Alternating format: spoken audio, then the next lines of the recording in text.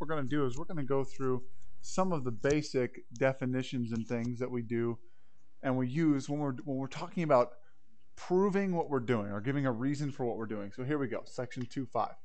Proof. Proof is an argument that uses logic, definitions, properties, or previously proven statements to show that a conclusion is true. Think about it. In your everyday life, when someone challenges you on something that you say, okay? You say, I was here on time last night for my curfew. Your parents say this to you. And they say, prove it. Well, you can say, you know, I sent you a text message 15 minutes before I got home saying I was on my way, and I came up and said good night to you when I got here. Okay, so you're proving what you're saying. You're giving reasons why what you're saying is true. And so in geometry and in algebra, we have reasons. Here are some of those reasons. We can use these properties to say certain things. And so when we say we're going to use the addition property, we're going to figure out exactly what that means. Okay, so the addition property says if A equals B. Now this is one of those things. You're probably going to want to pause this, write down what I have already up there, skip some lines in between, and then copy down what I'm saying. Listen to the commentary. If A equals B, then A plus C equals B plus C. Okay? So assuming that we can add the same thing to both sides, then it's still equal. So for subtraction property, if A equals B, then A minus C is equal to B minus C. Okay? This is what we've got so far. Multiplication property goes the same way. If A is equal to B, so two things are equal, then A times C is equal to B times C. We use these in algebra, saying we can do the same thing to both sides. Okay? If A equals B and C does not equal 0, because we can't divide by 0, then A divided by C is equal to B divided by C. Okay, because we can't divide by 0.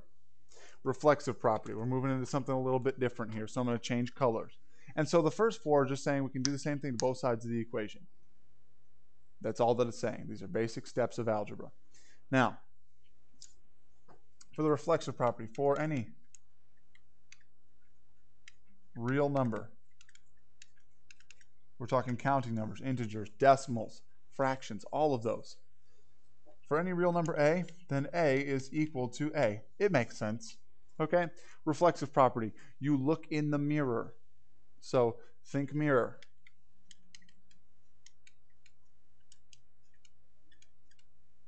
Okay? So we think mirror. You look in the mirror, you see yourself. I'm equal to me. Symmetric property. If A equals B, then B equals A. It makes sense. Okay? Transitive property. If A equals B and B equals C, then A equals C. We can skip that middle man. Okay? Substitution property. This one's a little bit longer.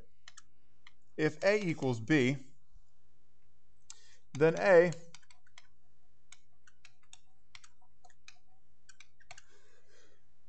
can be substituted for B.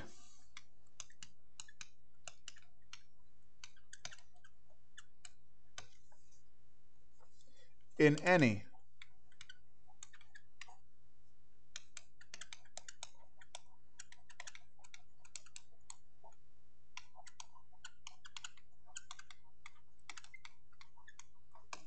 if A equals B, then it can be substituted for B in any expression or equation. Okay? So it's equal to B, it's always equal to B. Okay, that's our preliminary stuff. That's a little bit of explanation of what we're actually going to be doing. How do we use these things? We use these things to justify what we say. Justifications. This is big. This is huge to know.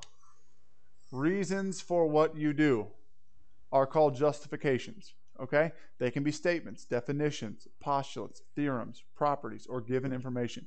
Why you do what you do. Okay? Now, how do we use this? We have an equation here that is -5 equals 3n plus 1. we're going to write a justification for each step as we solve. So we're going to solve like we normally would. I'm going to try to get n by itself. So what I can do is I'm going to label this given equation. Okay? Remember, it can be given information. So this equation is given. Now, what do I do next? I subtract 1 from both sides. And because I'm subtracting 1 from both sides, we call that the subtraction property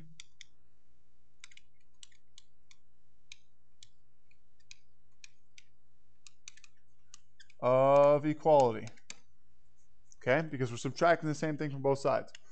Now, we get negative 6 is equal to 3n.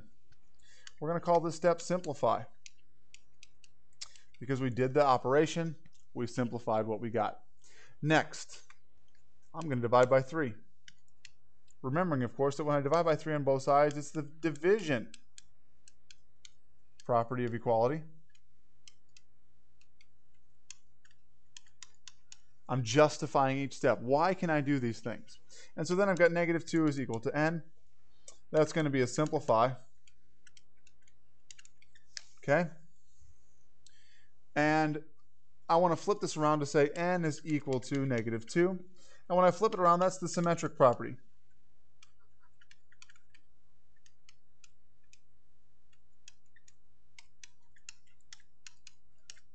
Notice, I've abbreviated things a couple of different ways. So instead of using the equal sign, I can also use EQ. Instead of using property, I can use prop. Okay, so I'm doing different things here to try to shorten this to make my life easier.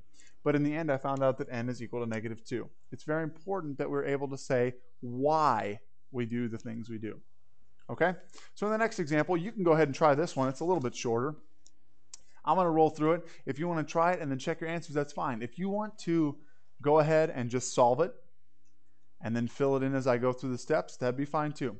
So pause it here if you want to do any of those things. I'm going to go ahead and go through it. So I've got 1/2 t is equal to negative 7. This is given.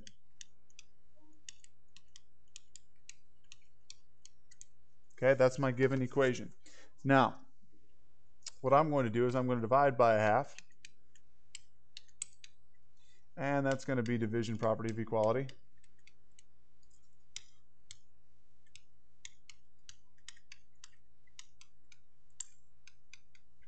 Because I'm doing the same thing to both sides. Now, this cancels. I've got t is equal to, that's going to be negative 14, because I remember when I divide by a fraction, it's the same as multiplying by the reciprocal. And so this is going to be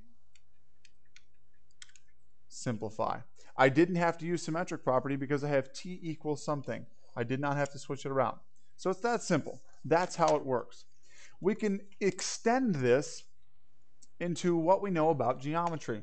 Because when we're solving for geometric problems, we're really just doing the same thing. We're saying why we can do this. I'm going to add some extra information in here. This is all given in the original equation. Okay? So the length of this is 5x minus 4. Okay? And I'm going to have 3 points on here, K, L, and M. And I've got some lengths on here, x plus 3. And this is 2x minus 1. So I'm going to try to find x. I'm going to try to solve for x. So here's my objective. So the first thing that I'm going to do is I'm going to say, well, let's say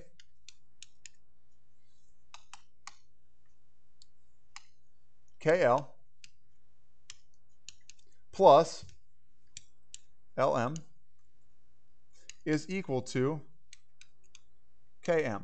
Why can we say this? Well, that simply, ladies and gentlemen, is the segment addition postulate.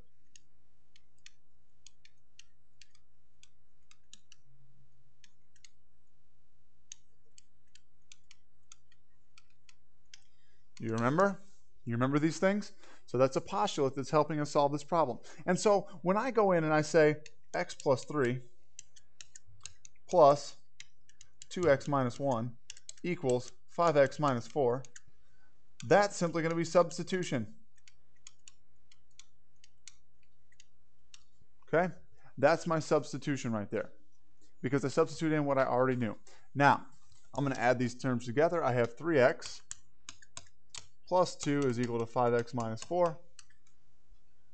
That's going to be a simplification. Okay? And now the fun begins. I am going to subtract 3x.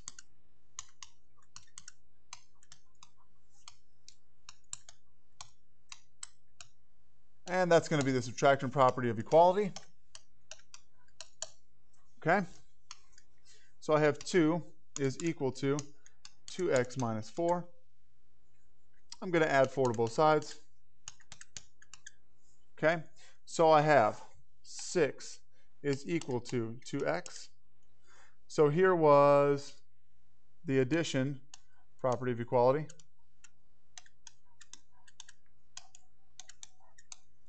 And then I simplified. So you can carry it on down. I'm going to put up a new slide here. So I had 6 is equal to 2x. If you need to go back, go ahead. So what I'll do is I'll divide by 2. So that is division property of equality.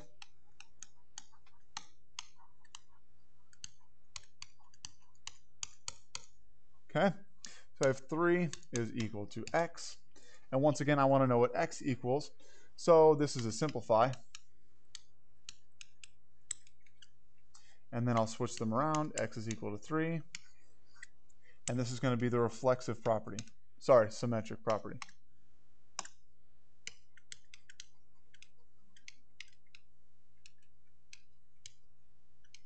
Property of equality. Why do we do the things that we do? That's what I'm most concerned about here. And so when I go on to the very next example, I'm going to have the same sort of thing. This is all information that was given to us. I'm just putting it on there right now. And so we have point A. We have point B. We have point C. We have point D. This is 6x minus 16. And the measure of angle ABC is equal to 8x. Okay? I'm going to put this into another video, the explanation of this one. It's going to be Algebraic Proof 1B. If you would like to watch the explanation of this one, that's great. If you want to try it on your own, I would definitely encourage you to do that. We will see you in class or next time.